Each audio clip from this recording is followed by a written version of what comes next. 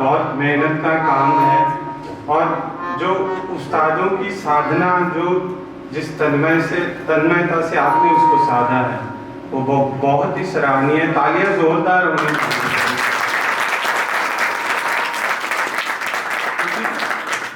एक वर्ण का दिखना तबले पर वो एक अलग ही क्रिया है। उसके लिए वो तीनों जो आयाम है, बुद्धि, हृदय और जो श्वास का आयाम है, जिसको आत्मा बोलते हैं, वो तीनों एक ही जगह आएंगी तभी ये निकासी होगी, तभी ये दिखाई देगा। एकदम सही बात है। और क्या है, देखिए, गुरु का और भगवान का और सब लोग का आशीर्वाद होना चाहिए।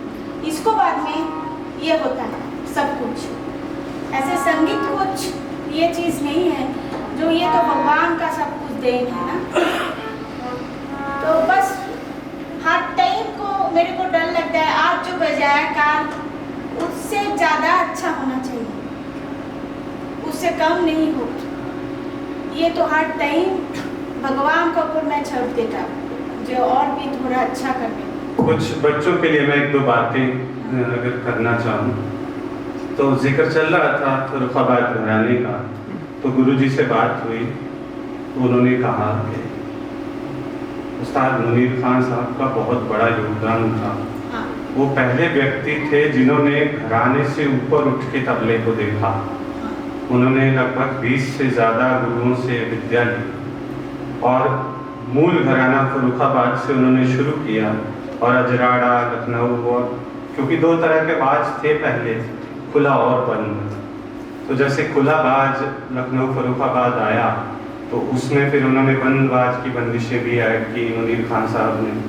तो बच्चों के लिए बहुत जो आपने छवि दिखाई उस्ताद हबीबुद्दीन खान साहब की, फिर इकबाल खान साहब की, तो ये युग पुरुष रहे तबले के। घरानों से ऊपर उठ के इन्होंने जो आपने आरंभ में बात की कि तबला जो है वो घराना परंपरा से हम क्या सीखते हैं कि परंपरा से हम उसके गुण लेते हैं, उसके नियम लेते हैं, उसकी साधना लेते हैं परंपरा से। तो उसके बाद हम उसको किस आयाम से देखते हैं वो इन युग पुरुषों ने हमें सिखाया और आप उनको साक्षात आज प्रकट कर रही हैं। तो यकीनन उनका आशीर्वाद जो है वो हम सब पे भी बरसेगा और बड़ा हर्ष का, आनंद का विषय है। बच्चों के लिए मैं खास बात जो बोलनी चाहता हूँ कि देखिए, बजाने वाले बहुत हैं, लेकिन उस चीज़ को अंतर मन से आत्मसात करना वो एक बहुत बड़ी बात हो जाती है। हाँ। एकदम सही बात है। तो ये देखिए, आपको जो गुरुजी पंडित सुरेश तलवारकर जी, उनका इतना विद्वान लोग है, वो तो कोई बोलने का कुछ जरूरत ही नहीं है। उनका तबला का ऊपर इतना सब कुछ, उनका बहुत ही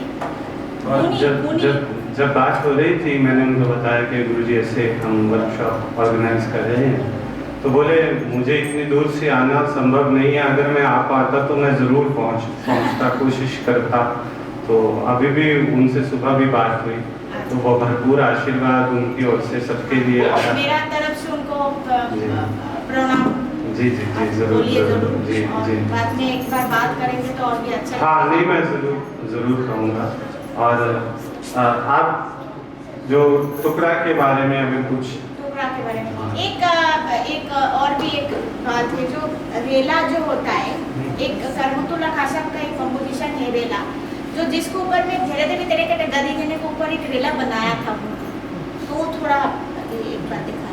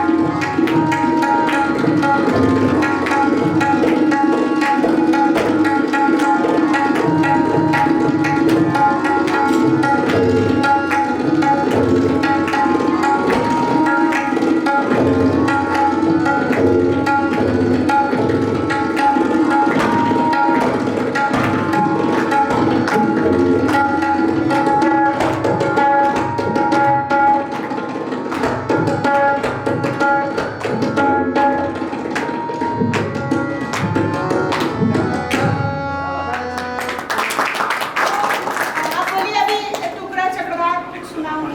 2 मिनट।